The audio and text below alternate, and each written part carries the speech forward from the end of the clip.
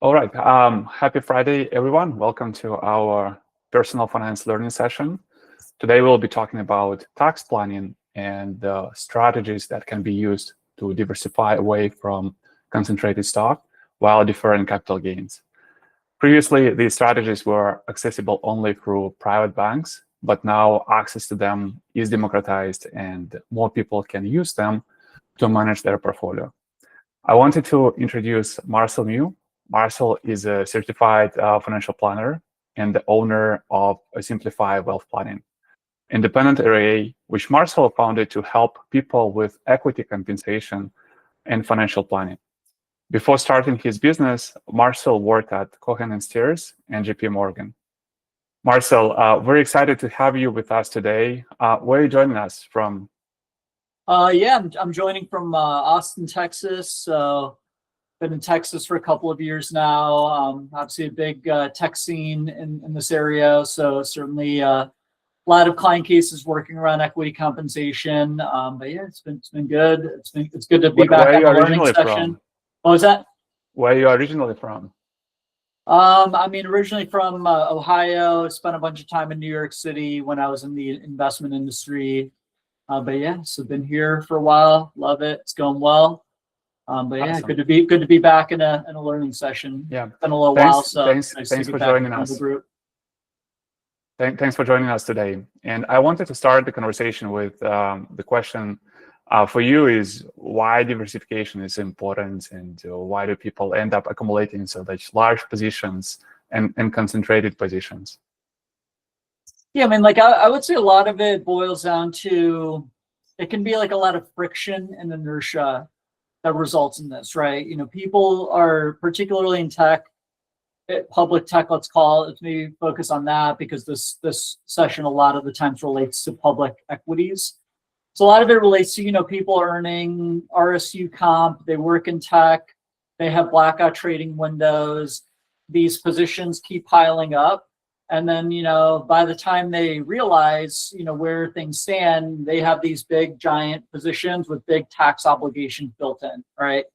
So I think what happens is this dynamic of, well, hey, I have a desire to obtain some diversification, but my desire to avoid taxes is equally as large, right? Particularly for people who are in states like California, where there are, very high state income tax rates, in addition to likely being in the top federal tax brackets as well.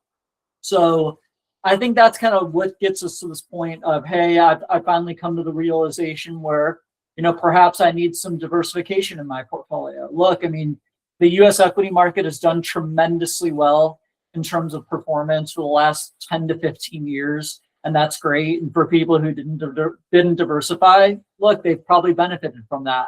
But eventually you reach a point where, you look at things like valuations in the market. Hey, what is the price to earning ratio on some of these stocks? Like, they can be pretty elevated. So I think it starts to beg the question of, should I be taking some of those chips off the table and moving them to other parts of the market? Call it international equities, EM equities, Frankly, we live in the US. We probably don't hear much about those parts of the market, Alex, but those parts of the market, the equity market, are up 20 to 30% this year. Okay, so I think that kind of leads to this thought from people of like, oh, well, maybe I ought to pay a little bit more attention to that part of the market and diversify a little bit more.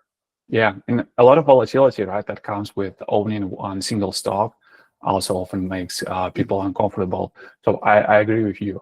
I wanted to talk about why delaying paying capital gains can be beneficial, and I wanted to start with an example here.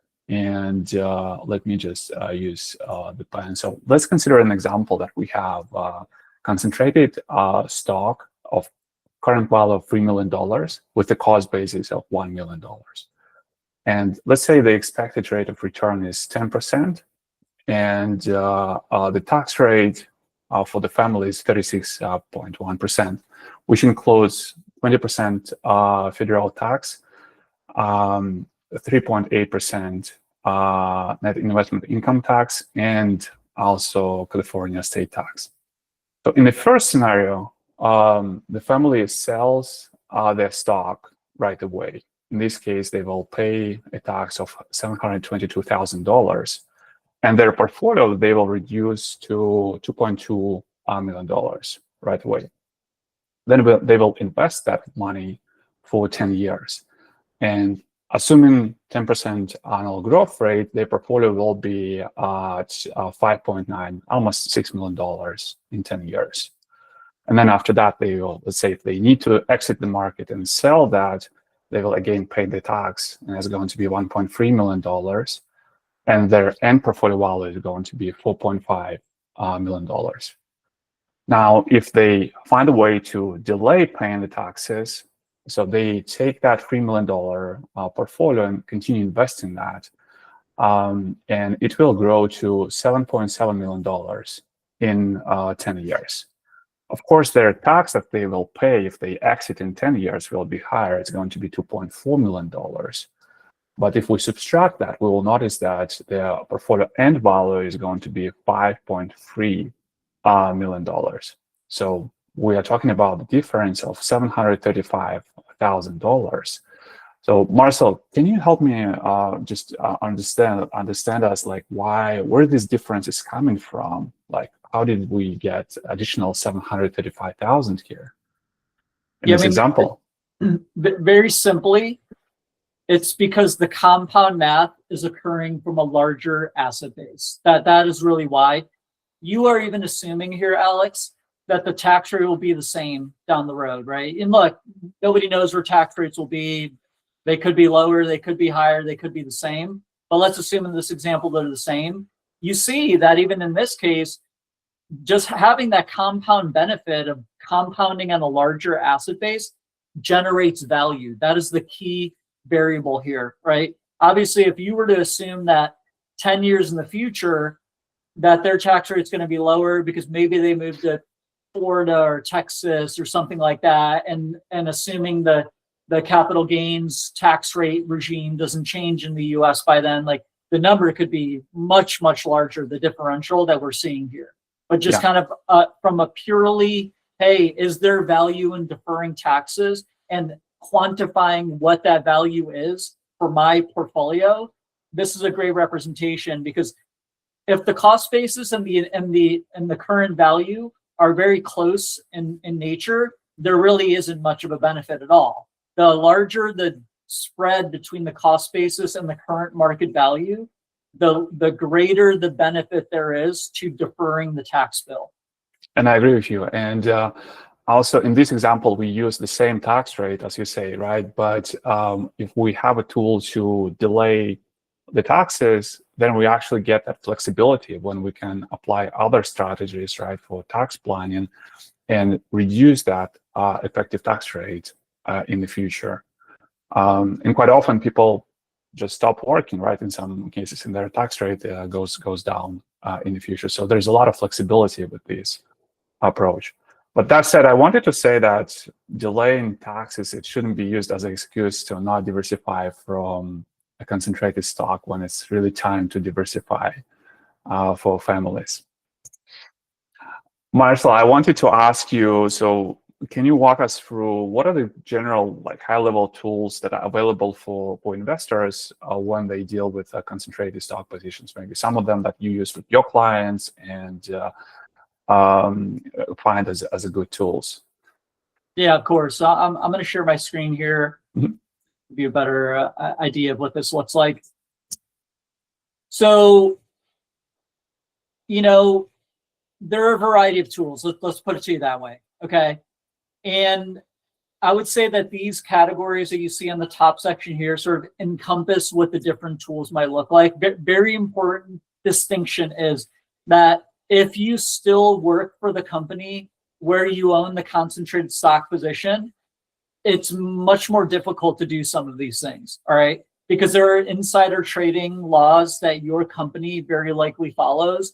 They're very kind of like broad blanket policies that, frankly, in my opinion, don't make much sense oftentimes in terms of why they might limit you from doing certain things. But nonetheless, it's a fact of how these things need to be evaluated, all right? So I'll kind of elaborate that in more detail. But it always I depends. think I just wanted to quickly say that I think it's an important consideration. Right. And it's always a good idea to reach out to your company if you still work there, right? And just ask them explicitly, I'm going to do this thing. Are you okay with that? Because they often change their policies. They learn also about these new tools as we go, and they sometimes change them. So it's always a good idea to have that explicit email saying that, yes, we allow you to do these things so you don't have problems in the future. 100% agree with that, right? Certain companies will allow it, certain won't. So you need to check first before you do it. But, looking at the toolkit, right, we see here on the top row, I mean, it all is contingent on what are you solving for at the end of the day? What is the main solve? There can be multiple solve points. It doesn't necessarily have to be one singular solve point, right? Well, if it's the risk of a sudden drop in the price of the stock, well, you kind of have a few things that you might want to explore. That's where you're going to want to get some protection with derivatives potentially, kind of call it a put option, maybe a options collar. Or maybe in that case, more of like an exchange fund or a 351 exchange, which is the focus of our call today, which is that's more where you're contributing your stock to a pool in order to more or less obtain like immediate diversification, right? So again, that's when people want immediate diversification, they're oftentimes worried about a sudden drop in the stock price impacting a large percentage of their wealth. Obviously we have different avenues to pursue as well. Hey, well, maybe I'm not so concerned about a sudden drop in the price, but I want to slowly exit the position in a tax efficient manner, right? Well, you can do things like tax loss harvesting, maybe layer in a direct indexing portfolio to try and do some of that. It's never going to be like a silver bullet solution. Very seldomly are there great silver bullet solutions. There are always pros and cons with whatever you're doing. Some might be slower, some might be faster, some might have a multi-year lockup, some might not. So it's like, there's a reason why it's called a toolkit, because you're oftentimes using multiple tools in the toolkit to solve your particular situation. And it all just depends on the person. Are you saying, Marcel, that people combine these tools together from when they work on concentrated stock positions? That's exactly right. So for example, and we'll again go through this in more detail, but like somebody might use the 351 exchange for maybe like a third of their portfolio problem that they're trying to solve. And maybe they use a direct indexing and tax loss harvesting and the charitable donation for like the remaining 2/3, right? It just depends, but it's almost always going to be different proportions of the tools that are being used to solve the particular problem. Yeah, and I guess it depends on the family goals, right? If family has a goal to give to charities, that might be one of the tools and options for them, right? For them. In this list, I wanted to ask you, how many of these tools are available only to advisors, and how many of them can be used by DIY investors these days? Virtually everything on this list can be used by a DIY investor if you so choose to do it, right? I mean, look, options and collars, that's going to be more complicated, but you can get a brokerage options, a brokerage account that allows for options trading as a retail investor, right? As an exchange fund, and we'll talk about that, the 721 exchange, that's usually reserved for accredited investors, but I would guess probably most people on this call are going to qualify for that. 351 exchanges, the ETFs that we're going to talk about today, that's even available to non-accredited investors. So anyone can get access to that. Direct indexing, that any retail investor can get that if they want. So really kind of looking through this, DIYers can access all of these tools, but it's more about, hey, if they have a desire to work with somebody, an advisor is also going to have access to these tools. I agree with you that donor advised funds, yeah, that's easy to use by DIY investors.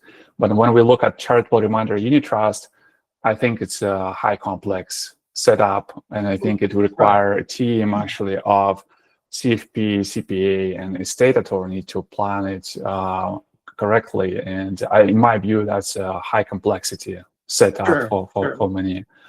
Yeah, thanks for sharing this. And I wanted to talk more about exchange funds and 351 exchange. And let me go ahead and share my screen. I would like to share one slide and briefly talk about that. Because currently there's a lot of confusion, right, about what is exchange fund and what is 351 conversion going on online. And I think we first need to clarify that. So first, I wanted to explain how exchange funds or partnerships work. So we have a list of investors with appreciated stock. They contribute these stocks to the exchange fund, which is a partnership. And in return, they get shares in that partnership. Then they will need to wait for the 7 years. There's a 7-year holding period. And after 7 years, they can get the basket of the stocks in return with the same cost basis. So it's important to understand that the exchange fund is not a tool to eliminate taxes. It's a tool to defer the taxes. So the cost basis will remain the same after 7 years. And you will eventually need to pay the taxes unless you would like to use a step-up cost basis. And Alex, if I may just kind of jump in very quickly, just so everybody's clear, with many exchange funds, oftentimes you can redeem before the 7-year period, but the terms can be very draconian. Okay, so it's not like it's locked away in a vault and you literally cannot access it for 7 years. If you do that, then you get back your original stock. You don't get a basket of stock. You only get the basket at the end of the 7-year term. You get back your original stock, sometimes even less than you contributed. And there are the fund might charge you an early kind of dissolution fee. So just so everyone kind of understands, you can technically get some of your shares back if you want, but like it's generally not something you would want to do because they make it pretty unappealing from the structure of the fund itself. And Marcel, I think you brought up a very interesting point, is are they getting their original stock back, or are they getting that basket back when they try to exit earlier? The original stock back. Original one. But very, very importantly, so they know that if somebody holds a certain stock and it cripples in price, obviously they're going to try and go get the stock back, right? They have accounted for this, right? They will basically be the lesser of the net asset value pro rata portion that you are entitled to, or whatever your original stock was, whichever is less. Okay. So if your stock goes up a bunch, it's not like you can like just all of a sudden go in and get it back. And they're going to charge you a fee, an early dissolution fee. It's like there's very little incentive for the investor to try and redeem early, and you don't get any of the tax benefits then. Yeah, I'm pretty sure that the fees are draconian, and I understand why is that. What about taxes in this case? If I take the stock back sooner, I'm going to pay taxes because I technically, sold my stock, right? And I gave it to exchange fund. So how does it work? Do I pay taxes in this case? TBD. So what do I mean by that? Well, you're going to contribute your shares, right? And it depends on how things are set up under the hood with the exchange fund, right? If the actual partnership sold the stock you contributed for whatever reason, maybe they sold it to build diversification into the exchange fund. If they sold the actual stock that you contributed and then you left early, then yes, you would have an immediate tax bill, okay? So it's all contingent on what happens with the actual shares that you contributed. If you contributed, you canceled early, you got the exact same lots back, then there's no immediate tax bill, right? They haven't been sold yet, right? But it's more about you're not going to get a basket of diversified stock back. So you're in the same problem that you were in the first place. I wanted also to briefly talk about taxation within the exchange fund, because some of the stocks may pay dividends and or the partnership may sell some of the stocks. So this partnership is a pass-through entity. So any gains that the partnership realizes, they are passed to the investor. And I think it's very important to understand that. And the second thing I wanted to say is that you see this block of real estate. There is an IRS requirement that says that at least 20% of the fund total portfolio must be invested in some qualifying illiquid assets. And most of the time, it's it's a real estate. So you need to know that if you go and invest in exchange funds, so there's 20% there in real estate. So Marcel, I wanted to ask you, so how does exchange funds get that real estate portion? Do they sell these appreciated stocks, or they get it somehow differently? Do you know that? Yeah, I mean, look, they're going to sell off some of the positions in order to build that, because the real estate requirement is well, it's not real estate per se, but there's a requirement in the IRS code in order to facilitate the 721 product, that there needs to be at least 20% of the portfolio held in illiquid assets, right? That is per the IRS code book. So in order to build that position, there's going to need to be some liquidation of assets in order to build the position, right? So again, that kind of leads us to that first question around, hey, well, if I leave early, what can happen to my tax implication? Well, it'll kind of be contingent upon that. Yeah. And I think it's a good question actually to ask the exchange funds provider, right? How do they get exposure to real estate? Do they sell it? Because some of the exchange funds, they borrow the real estate assets, and they could use these stock as a contributed stocks as a collateral. That's true. And here's the risk that I wanted to highlight, right? When you use exchange funds, is that if exchange fund borrows that real estate fund and use stocks as original stocks as a collateral, we should ask ourselves what happens if the value of these stocks or the collateral drops, say 50% or 80%, right? What are the risks in this case? And I think it's a very good question to ask people who run that exchange fund, because it might be the situation in this case, right? NASDAQ, for instance, dropped 80% during the dot-com crash. So in this case, most likely the collateral will go under the limit, and it's going to be a margin call, probably, right, for exchange fund. So it's either they find more money to fill that, or they will have to liquidate the positions. And in this case, what may happen in the worst case is these gains will be realized and passed to the partners. So it's a good conversation to have before you make that decision to participate in the exchange fund, like how that real estate or 20% rule is implemented or is going to be implemented in an exchange fund. All right. Is there anything else we want to add it before we go into 351, Marcel? No, I think we should move on to that. Okay, wonderful. And one more thing. So I want to quickly, explain like where this difference, this confusion about 351 conversion comes, because sometimes people say 351 exchange fund. So some of the exchange funds, modern exchange funds, they actually internally use this 351 conversion. So in this case, they take these stocks that were contributed by the partners, and they do seed ETF in kind conversion, which is described in section 351 of Internal Revenue Code. And that procedure is not tax-free, but it doesn't generate taxes immediately, right? It's a tax deferral one. That's why it allows actually to do that for the partnership without generating capital gains for the partners. And that allows us to track some index fund in this case, right? Because if we, let's say, in this situation, people may come with stocks that might be really hard to follow the index in this case, right? And if we use 351 conversion, it's actually gets easier in this case.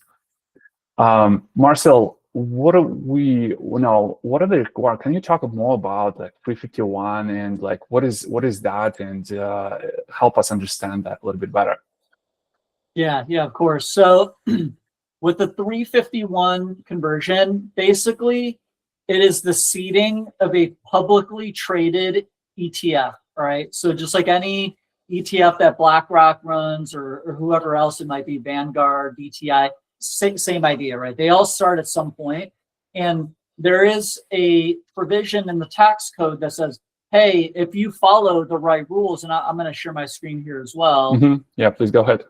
That basically says, hey, if you follow certain rules, you as the investor can contribute assets into the seeding of the portfolio in kind and avoid an immediate tax bill, right? Again, basically all that would happen is your cost basis on those ETF shares would then be the same cost basis on the lots that you contributed into the portfolio, all right?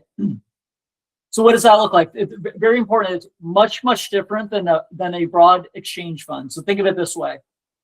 You have on one spectrum, a 351 ETF exchange, public ETF, okay?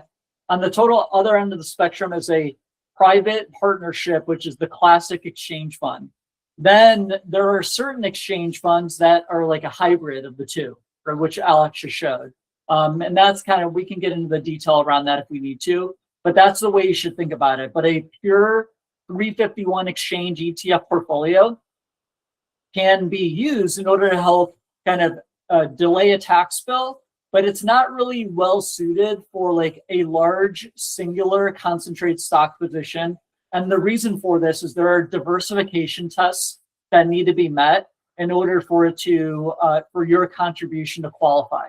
All right. So what do I mean by that? Well, this example right here kind of shows you, 25% of a concentrated stock, 75% of a broad mix ETF or something like that, or a basket of other stocks can be contributed and you get back a new single diversified ETF.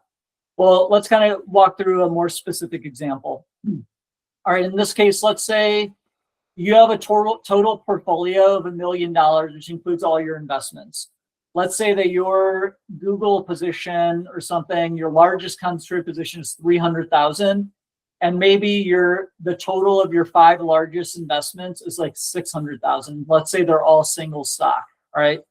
Well, in this case, you violated the rules of the 351 exchange diversification test, because the rules say if any singular one position is greater than 25% of the total value you contribute, you violate the rule. You cannot contribute that amount, right? You need to be under these thresholds right here. So you can see right here on the right, I kind of showed an example of one that did qualify.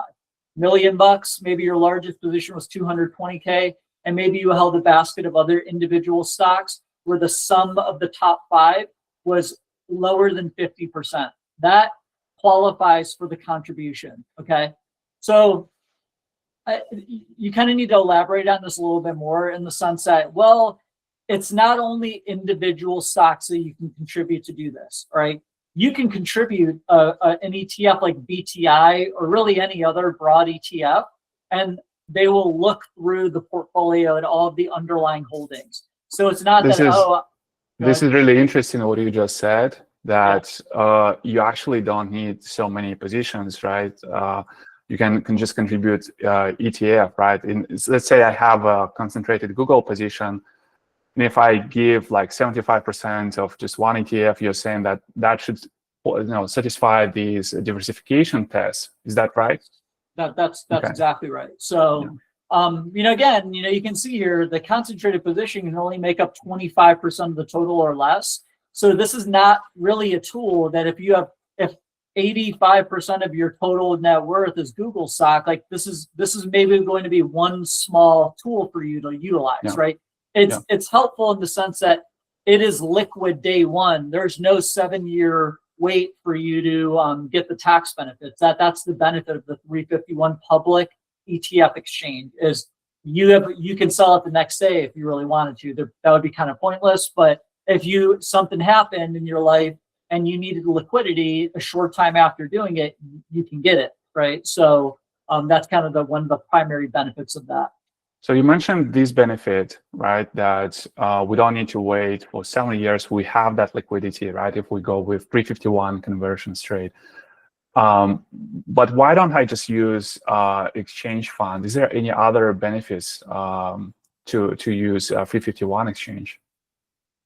I mean, the fees are generally lower. So I would say the fees are probably 1/3, maybe half to 1/3 of what they are on an exchange fund, right? Can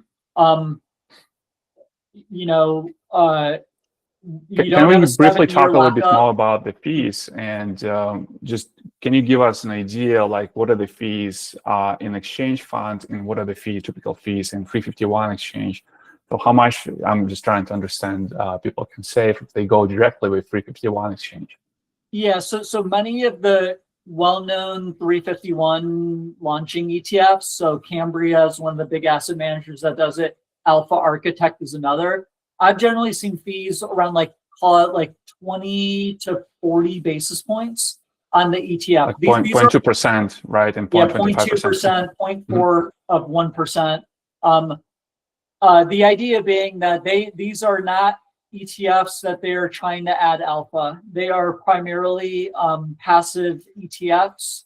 And the fact of the matter is ETFs are not very cheap to launch, brand new. So, you have these big giant mega ETFs from BlackRock and Vanguard. They have scale, right? That's why they can charge 4 basis points. When you launch a brand new ETF, you might get 400 or 500 million, but that's not 15 billion, right? So that's why their fees can't be 5 basis points on these new 351 ETFs. They're probably going to be more like 20 to 40. And look, maybe BlackRock gets into this business in the future and they launch them at 15. I don't know, but that's what that looks like. When you look at exchange funds like a cash or one of those others, kind of old school exchange funds from Goldman, and those would probably be about 1% annual fee, whereas cash, it might be more like half of 1%, right? Maybe 3/4 of 1%. It kind of depends on how much you contribute to the portfolio. The more you contribute, the lower your fee is. Whereas with a 351 exchange, it doesn't matter if you contribute $50 million or 500,000, you're going to pay the same fee.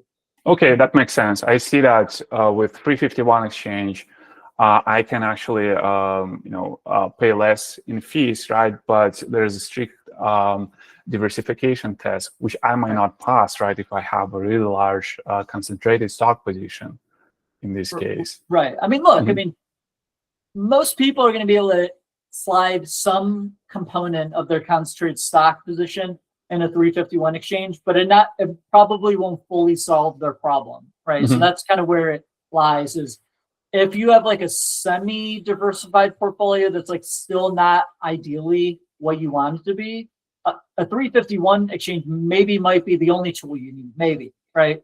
But if your portfolio is very highly concentrated, you're gonna maybe need to use a variety of tools to solve your problem. Yeah, that makes sense. And I guess exchange fund creates the value here is that they bring all these different people with very concentrated position, right? And they can satisfy that 351 exchange requirement, right? That they do that job also. Yeah. Makes sense. I mean, look, not for nothing, we don't have to go down this granular of a rabbit hole, but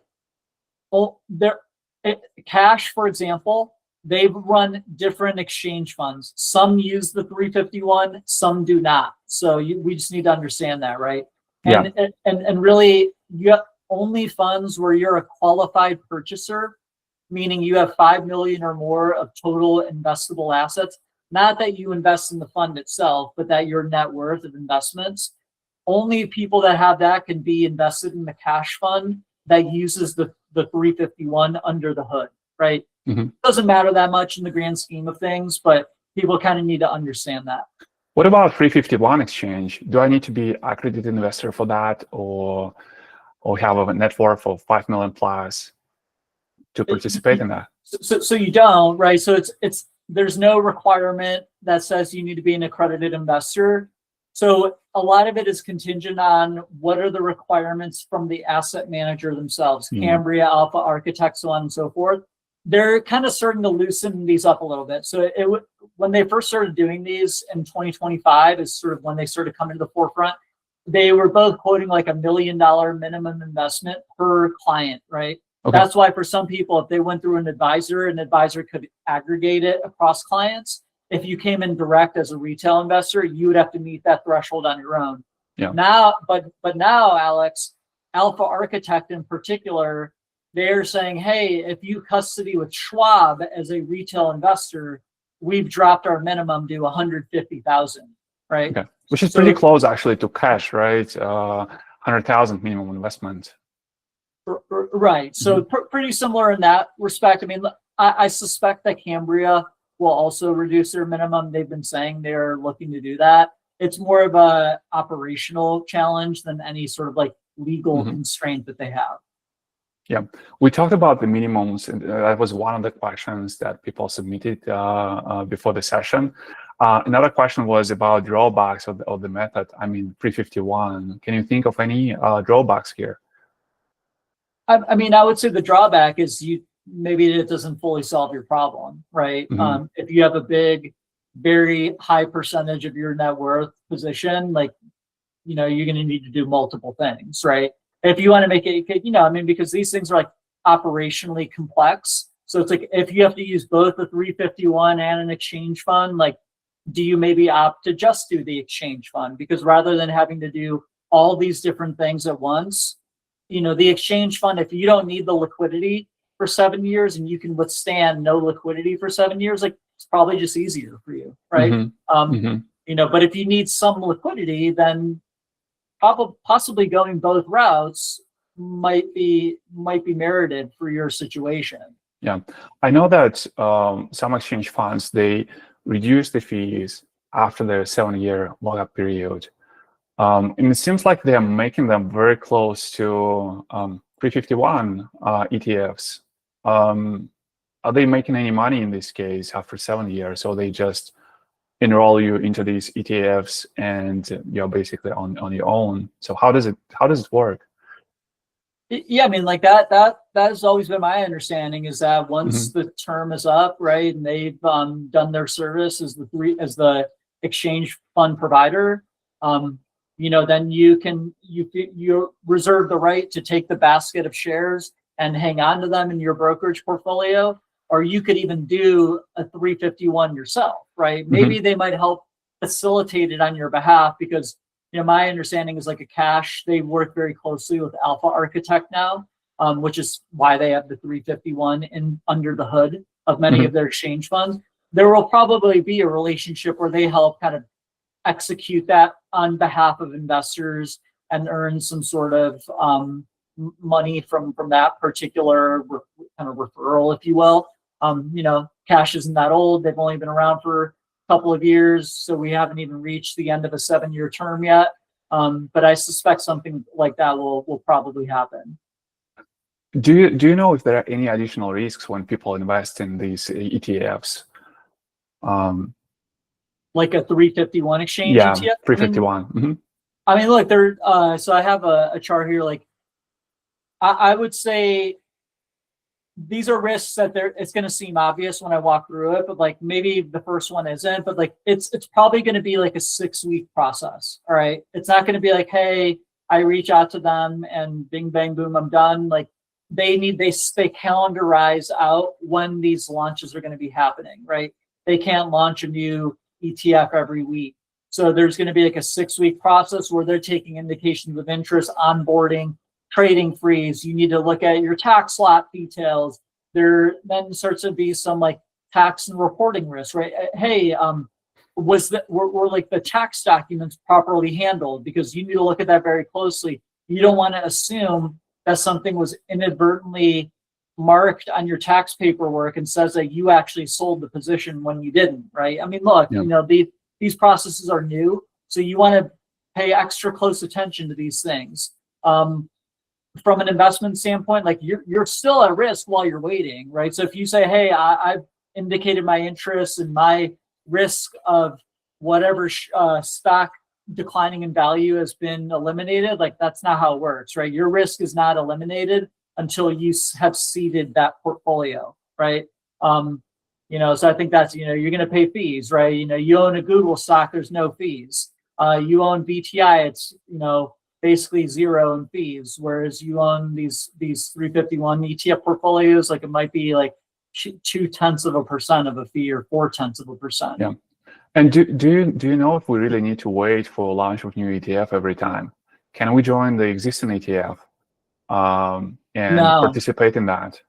No, so there's no like kind of rights offering or anything like that where you can contribute a new slug to an already existing ETF. In order for you to derive these benefits, you need to be part of the group that seeded the initial portfolio, right? So you can't just say, hey, I want to go to the Cambria ETF that was launched 6 months ago and contribute my portfolio. Like, it doesn't work like that, right? That's why this process is like newer, unique, distinct. Frankly, in a lot of respects, like they're using technology to help like streamline the process operationally to kind of help like make the math work out of even being able to launch these things. Yeah, that tax deferral mechanism works only if we participate in launching a new ETF, right? And we contribute with the shares, not with cash. In this case, that makes sense. So that's why you need to, when you go to any of these companies that offer a 351 exchange, you need to wait, right, for the time when they launch the next one. I'm just curious, how often do they do that these days? Launch the new ETFs? I mean, I would say like between Cambria and Alpha Architect, like there's probably one happening like every month, maybe every other month. Like Cambria might not do one; they might do one every quarter. But then Alpha Architect might also do one every quarter, right? Makes sense. So the thing is, Alex, very importantly, if the ETF that they're launching is like a U.S. equity portfolio, you can only contribute U.S. equity assets, okay? Because the assets contributed need to meet the mandate of the ETF itself. So they're not going to let you contribute a 75% stake in VEA, which is an international ETF, right? If the mandate of the ETF that's being launched is a U.S. equity mandate, okay? So that's what needs to be understood as well. That's why when there's like a indication of interest and they're analyzing the contributions of the portfolio, like they are evaluating what people are contributing, right? That's why it takes a few weeks, because maybe they might let some people in with some of these non-US names, because there are like tests that the portfolio itself must meet in aggregate. They do individual tests on the investor, but then the total portfolio needs to meet tests that line up with the prospectus of the ETF. This is like a 40 Act fund, 1940 Act regulation that must be upheld to. That makes sense. And I guess for them, it's easier to probably work with exchange funds, right, with partnerships, because it's easier to figure out these things when you have a pool of money in different portfolios than with individual investors. Okay, but they're open in that. So let's say if someone wants to go and use that mechanism, right, to diversify away from their concentrated stock, what should they do? Should they go to Cambria, to Alpha Architect? Like, what's their process? Yeah, exactly. So if you're going to go direct, right, let's assume that people are going to go direct here. Obviously, if you work with somebody, they'll kind of do these things on your behalf. But if you do like a 351 exchange, you go direct to Cambria and Alpha Architect. They're going to have information on each of their respective websites where they're going to say, hey, we are planning an ETF launch in March of 2026. That's going to follow this particular mandate. If you're interested, click here, and they'll start to kind of give you like the forms and things like that. You'll need to start filling out in terms of like indications of interest forms. You're going to go through that whole process a couple of weeks before. There's going to be like a formal contribution agreement you're going to end up signing. A couple of weeks before that, you're going to submit your portfolio. No mutual funds can contribute a mutual fund. Just like a weird quirk of how it works. No crypto, no private assets. You can do stocks themselves. ETFs are fine as well. They're going to look at that, see if you meet the diversification test. And then ultimately, your shares of the ETF are going to transfer to your brokerage account on the day of the launch of the ETF. That's for the 351 public ETF, right? For a 721 exchange, call it cash, probably the most DIY friendly these days in terms of doing that. They're going to see if there's a match, okay? You have to understand, when you go to cash, they have lots of people reaching out to them from NVIDIA and all these Palantir, all these other high-flying stocks of the past 12, 24 months.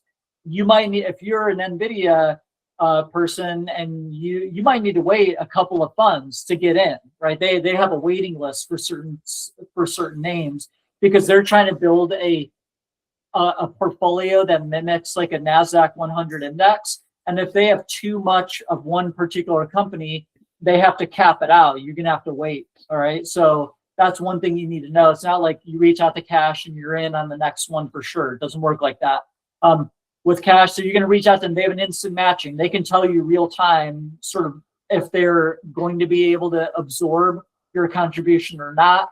You're going to open up a brokerage account where you're going to transfer those securities into like more of like a holding environment, let's call it, where because they want to have any contributions for future exchange funds, like they want to have it held so they can move it like as quickly as possible when they need to move, right? They don't want to have to wait around and reach out to people and say, oh, I missed the email, and then they can't build the exchange fund, right? Like they have like a staging environment, let's call something like that, right?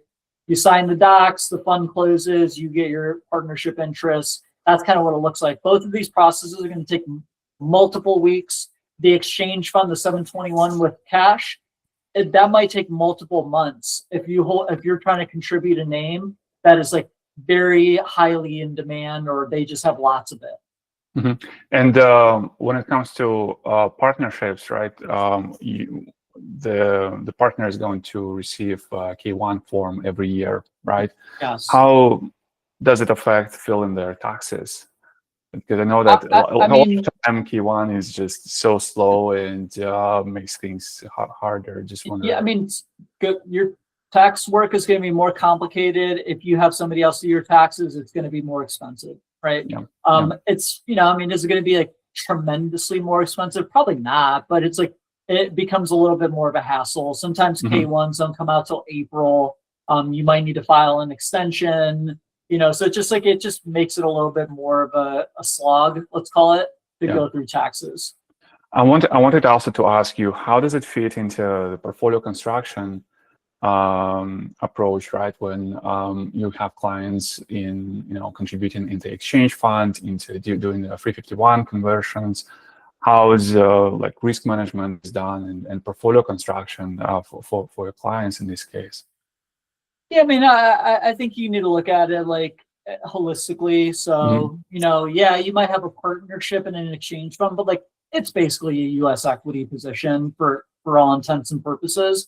So, you might need to manually mark that one, and however the advisor works to manage the portfolio systems. But you're going to need to kind of build around it, right? A 351 ETF is going to be easier to directly integrate into your overall asset allocation scheme that you're working, because it's liquid, right? It's a fully portable solution.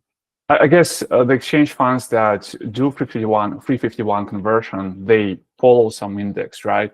But if it's now 351, I guess what you get, right, is just a mix of these contributed stocks. So you get some diversification, but really like what you're invested in and what is the standard deviation of that portfolio and expected return is just like, it might be hard to tell that, right? Yeah, I mean, look, like you can probably bogey that to like a NASDAQ 100. The reason why they do the 351, Alex, is because many people who are trying to diversify don't want to have pure tech exposure, right? Which like a NASDAQ 100 is kind of in essence is. Yeah. So they might say, hey, well, I would prefer S&P 500 exposure because I work in tech and my stock is tech. I don't want so much tech exposure, right? The problem is that it's hard to find people from all of the other non-tech companies to contribute into the exchange fund, right? So what they do is they, in lieu of trying to find all the little small components of the S&P 500, they do the 351 in order to accomplish that, right? They don't need a 351 under the hood of the exchange fund in order to get a NASDAQ 100 exposure, right? That's why they don't do it. Marcel, we have about 10 minutes left in this call, and I wanted to make sure that we also answer the questions of the audience. And everyone, please, if you have anything, you can just raise your hand or type it in the chat. Both is worked. And I see that Aditya asked one question. For the 25% and 50% requirement, is it about individual positions only or hidden share of companies in ETF as well? Example, if I have 25% NVIDIA and 50% VOO, will I meet condition of fail because VOO also has some NVIDIA inside? It's a good question. So it's a look through on the ETF, right? So they're going to not even see VTI. They're going to just pull in, hey, what percentage of VTI is NVIDIA? Okay, so they're going to add that on top of whatever else. But with what you just said there, if your position in NVIDIA is 50%, you automatically failed the test, right? And kind of going back to this slide right here, if the largest position that you're contributing is more than 25% of the total, you automatically failed the diversification test. No good. You can't contribute that, right? So the NVIDIA position between your direct holding and whatever percentage from VTI is NVIDIA, that combined total cannot exceed 25%. Yeah, thanks, Marcel. And the next question is from Sushrit. Can this be done in irrevocable trust as well? Usually trusts are okay to do these things. I think that would be more of like a question for specifically for us to ask like the Cambria and or cash teams. But my understanding is trusts are typically okay to do this. I believe an irrevocable trust should also be able to do it, but it's something we would want to get confirmation on. Yeah, and I guess it depends on what type of irrevocable trust, right? Because if it's crude, then you can just diversify and keep the realized gains on the balance of the crude. And so there are so many nuances as you get to the irrevocable trust, I guess. And so the reason I think one of the first questions, like why you end up having such a large position in a irrevocable trust, and like what is the taxation, right? Is it a pass-through or non-pass-through trust? So there's a lot of nuances there, I would say. The next question is from Gautam. If I participate in an exchange fund to contribute my company stock after quitting my company, but after a year I rejoin the original company, will insider trading policies force me to liquidate the exchange fund prematurely? I doubt it. I've never heard of a situation where they can retroactively say that a decision you made when you no longer work for the company would be subject to those terms. Because really, look, as far as I'm concerned, the insider trading policies are like kind of nonsensical in some ways. They're there for a reason because they don't want insiders to buy like put options or things like knowing information that other people don't know. It's kind of oftentimes written by lawyers. So because what happens is even if you work at the company, there have been instances where people have gotten the company comfortable with them participating in an exchange fund, even while they're working there. The problem with that is usually the first answer is no. And then, but how willing are you to push back? Because when you think of it conceptually, it's like, I'm doing this to gain diversification, right? Why would the company care about that? You're not doing it because you have insider info. You're doing it because you don't want to pay the tax bill and you want to get diversified. You could easily go in the open market and sell all your shares and get diversified that way, but you just get a tax bill with that, right? So, and also, there's this 50% test, right, for exchange funds, is that any partner that contributes to that partnership, they should have no control of the exchange fund, so own less than 50%. So by the time when you rejoin the company, you actually don't own that stock anymore. So you own shares in the partnership. So I don't think that it would apply. Highly doubt that would be the case. And I agree with Marcel that it's these policies, they are just really created to prevent that abuse, that like trading the stock options and etc. There's one more question. So Venkatesh is asking, for 351, can I use margin to buy securities, hence maintaining diversification requirements? I don't know that I quite understand, because the 351 itself is, the fund itself is being run by somebody else. So I don't quite follow the question. Yeah, I think there's the requirement that you can contribute on the long positions. Correct. In No. 351. Venkatesh, Right, so please go ahead. No, I meant that, let's say I don't meet the 25% requirement, right? If I use margin, I have a larger buffer to buy. Basically, I'm increasing my total asset value. Let's say I have $1 million and I have one company which is like 300K.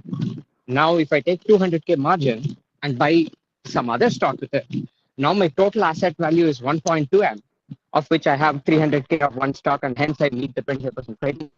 And then after I do the 351, I can just sell the 200K. So I am taking a market risk for a brief period of time. But does it work? But your position that you bought, right? It's used as a collateral then for that margin. And if you transfer the shares, it's probably you won't be able to transfer the shares because it's a collateral. Yeah, well, that's true. Well, said differently, let's say I actually take a physical loan from a bank with this portions as collateral. They will give me a 200K loan for N months, let's say 3 months. Yeah.